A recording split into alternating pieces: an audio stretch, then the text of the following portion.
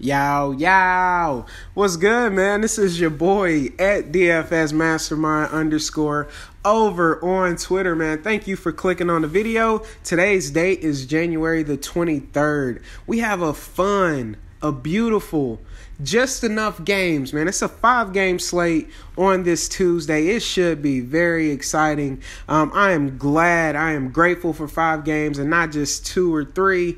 Those slates tend to get on my nerves, man, because I try to get too different. But we have a perfect amount of games. It should be a fun slate. I want to go ahead and get you my top plays. I know I'm running a little late, so I wanted to go ahead and just get my top plays out there. I'm going to keep this video nice and short.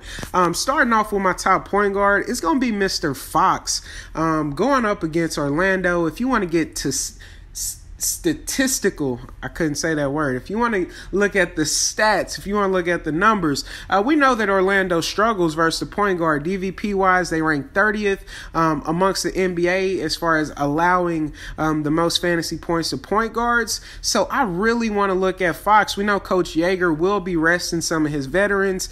We seen George Hill play yesterday, so maybe he gets the rest. I don't know if Temple will be in the rotation, but either way it goes, we know Mr. Fox should be a very safe play. 5,200, I think it's a little too cheap in a faster paced matchup for Sacramento. So I think we can really look for him to bring back a ton of value.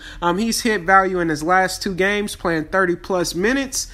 It's going to be a good game for my boy, Mr. Fox. And I also like Buddy Hield, man. I got to put him out there. I'll more than likely have him in a lineup. So I got to put Mr. Buddy out there. Love him. And then moving on to shooting guard, man, Courtney Lee. Now, one thing about I'm trying to be different, man. This is a contrarian play and not like super contrarian, but he's one of those guys that will be super low owned. And I think he actually benefits with no KP. I think he'll take more shots. We all know the obvious plays. Michael Beasley, Hernan Gomez. I don't know if they're going to throw Jakeem Noah in the rotation. I sure hope they don't. That would be terrible. That would be really terrible if people stacked up on Hernan Gomez. But, look, I think Courtney Lee really benefits, man. We're taking 20-plus shots out of the game, man. And then another 5 or 6 with no Cal O'Quinn, man. So somebody in the starting lineup is going to benefit. I'm going to go after Courtney Lee. I know Tim Hardaway should be in a very fine spot himself. Michael Beasley, of course, I got to load up on him, man. He's going to be, I think he'll be pretty chalky, but I'm willing to eat the chalk on this one. I think it's just too good of a situation. So I'm going to go ahead and lock Michael Beasley. But I think Courtney Lee could be one of those guys who goes overlooked and undervalued in a fast-paced game, man. He is a starter. We know he plays the most minutes on the team, y'all. He's going to be on the court the longest. So I really want to go ahead and recommend Courtney Lee for you. I think he's in a super safe, secure spot going up against Golden State. Moving on to small forward, I got Mr. Larry Nance Jr. for you. Going up against Boston.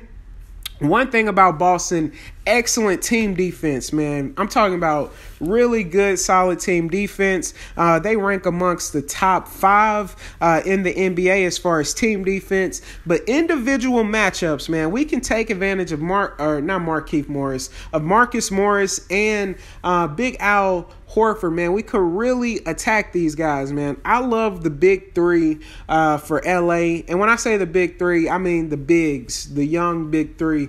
And that's going to be Larry Nance. That's going to be Kyle Kuzma. And it's going to be Julius Randle. I love all of them pretty much equally. Larry Nance was the guy that I could find to fit.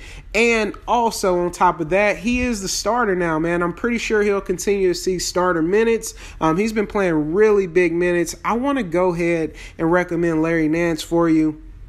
And yeah, And that's how we going to rock that. I think it's a good matchup. 5 racks, very cheap. We're not asking for a ton of points. Going up against Boston, that could be part of your late night hammer. So I want to go ahead and recommend him. I already talked about Beasley. I'm going to just show you his game log. Y'all know what time it is. When Beasley gets minutes, he produces, man. With no KP, he gets the biggest boost. So we're going to go ahead and lock up Michael Beasley. Very simple. Should be chalky, but I am willing to eat the chalk. I think he could potentially drop a 40 to 50 piece tonight going up against Golden State, especially if they can keep the game close. So I'm definitely going to tune in on some Beasley. But now that I think about it, he could have a tough matchup with Draymond. Is that going to scare people off?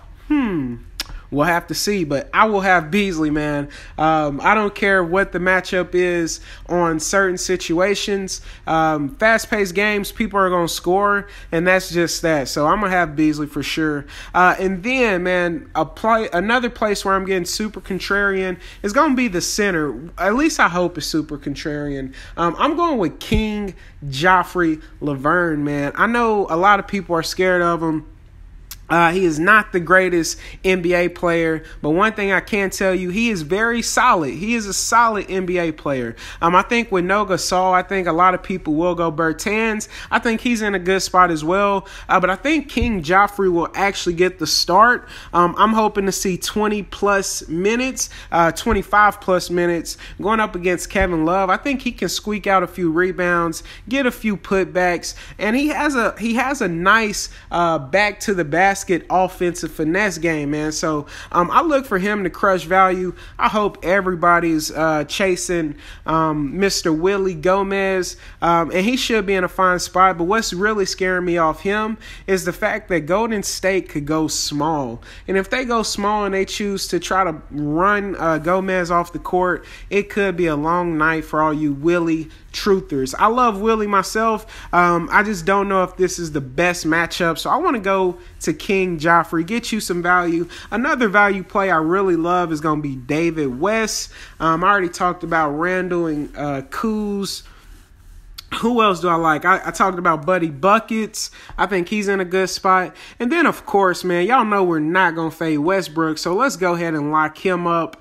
And yeah, man, that should do it for me. That's going to be it. If you want to get down with the coaching program, DFS Masterminds coaching, I just started up. I want y'all to bear with me. But what I will be providing for you, I have my own custom projections. I will have game breakdowns, and I will give you one-on-one contact with me if you want to ask me anything. Another thing I'll be doing is trying to make schedules for players who want to get better. Man, I think I'm not by any means saying I'm the greatest DFS player, but I do have a common understanding and a knowledge of what it takes to win. So that's what I'm offering. It's only $10 a month, and I'm not expecting you to stay there multiple months, man, because if I do a good job, you should be able to understand what you need to learn from me, and then you should be able to start your own process. I posted a video on Reddit, man, and they was just tearing me up, saying I wanted to scam people. I have a truly good intentions and a good heart when it comes to this. I'm just trying to figure out a way to make a little extra money outside of actually playing DFS, man. So that's what I'm offering. I know it's not going to be for everybody, but if you want to get down, I will do the best I can to help you get to the green line, man. So I want y'all to bless up. I want y'all to cash out. I want y'all to get to the green line. And also, I want you to hit the sub button if you're not subbed already. I want you to turn on notifications and hit the thumbs up, man. Let's get it, gang. I wish y'all nothing but blessings. Let's get to the green line.